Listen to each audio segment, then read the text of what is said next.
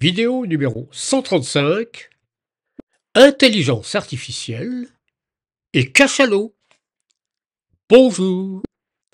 Cette vidéo de rentrée sera consacrée à une découverte qui n'est pas de la science dure, mais pourrait avoir des conséquences considérables pour notre espèce si nous savons en tirer les conséquences. Elle a un rapport étroit avec la numéro 84 consacrée au langage interne du cerveau, qu'il soit humain ou animal. Dans cette vidéo, j'avais en effet suggéré que les processus mentaux sont beaucoup plus rapides que ce qui nous apparaît lors de nos activités verbales, dialogue, lecture et écriture.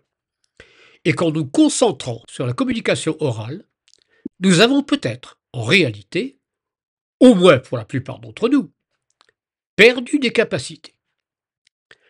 Comme vous savez sans doute, l'ancêtre du cachalot était, il y a 50 millions d'années, comme d'ailleurs pour tous les cétacés, un animal terrestre carnivore ressemblant par sa forme à un loup de grande taille, le Pachycétus. Il y a environ 20 millions d'années, après une évolution au cours de laquelle le Pachycétus aurait de plus en plus chassé sous l'eau, il serait devenu amphibie.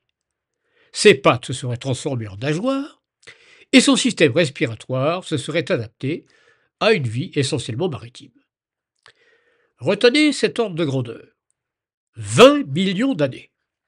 Après une telle durée, quelle mémoire l'espèce a-t-elle pu garder de sa vie terrestre passée? On peut imaginer que pour les cétacés, la terre ferme est devenue aussi étrangère que l'est pour nous la partie du monde extérieure à l'atmosphère terrestre. Il y a peut-être 20 000 ans, les cétacés ont donc vu leur domaine envahi par ce qui était pour eux l'équivalent d'une espèce extraterrestre. Homo sapiens sapiens a envahi les eaux à l'aide d'embarcations d'aspect complètement artificiel. Imaginez un instant que nous soyons visités depuis 20 ans par des extraterrestres pilotant des vaisseaux interplanétaires. Le rapport des durées est le même. Et en 20 ans, nous n'aurions pas appris grand-chose sur les visiteurs.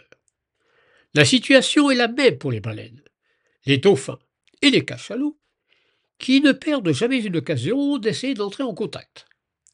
C'est pourquoi ils nous ont semblé intelligents. Il y a un peu plus de 15 ans, j'avais appris par une émission d'Arte que nous pourrions bientôt déchiffrer le langage des dauphins. Nous en sommes encore assez loin.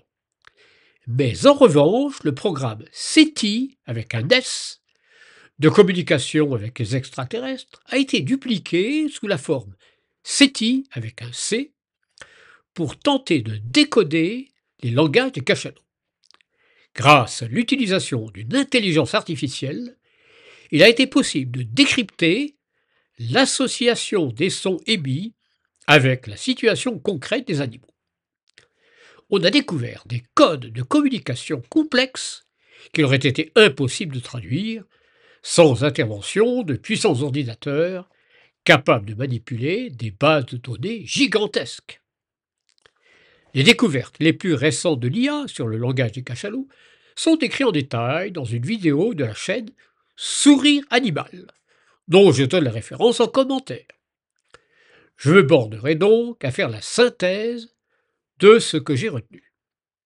Tout d'abord, le cachalot est le mammifère possédant le plus gros cerveau, environ 8 kg, pour une taille nettement plus modeste que les plus grosses baleines.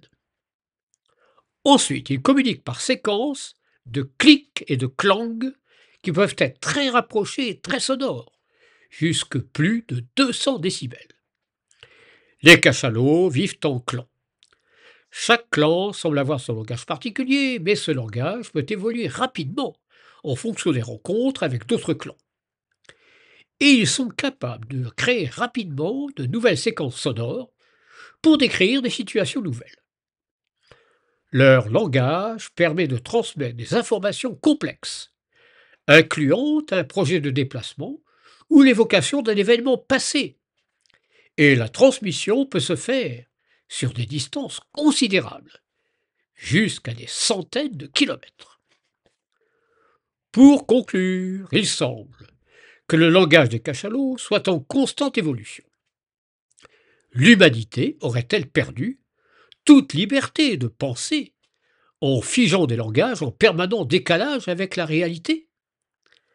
Avons-nous perdu l'usage du langage du cerveau par la nécessité de construire des choses qui durent? Sommes-nous à la merci du premier changement imprévu d'environnement? L'étude du langage des cétacés, qui frappe par son étendue et sa flexibilité, devrait d'abord nous faire réfléchir sur les excès éventuels de notre propre évolution et nous pousser à remettre à l'ordre du jour l'intelligence fluide, auxiliaire indispensable de l'intelligence cristallisée quand il s'agit de comprendre l'inattendu et d'inventer des solutions inédites aux problèmes qui nous concernent tous.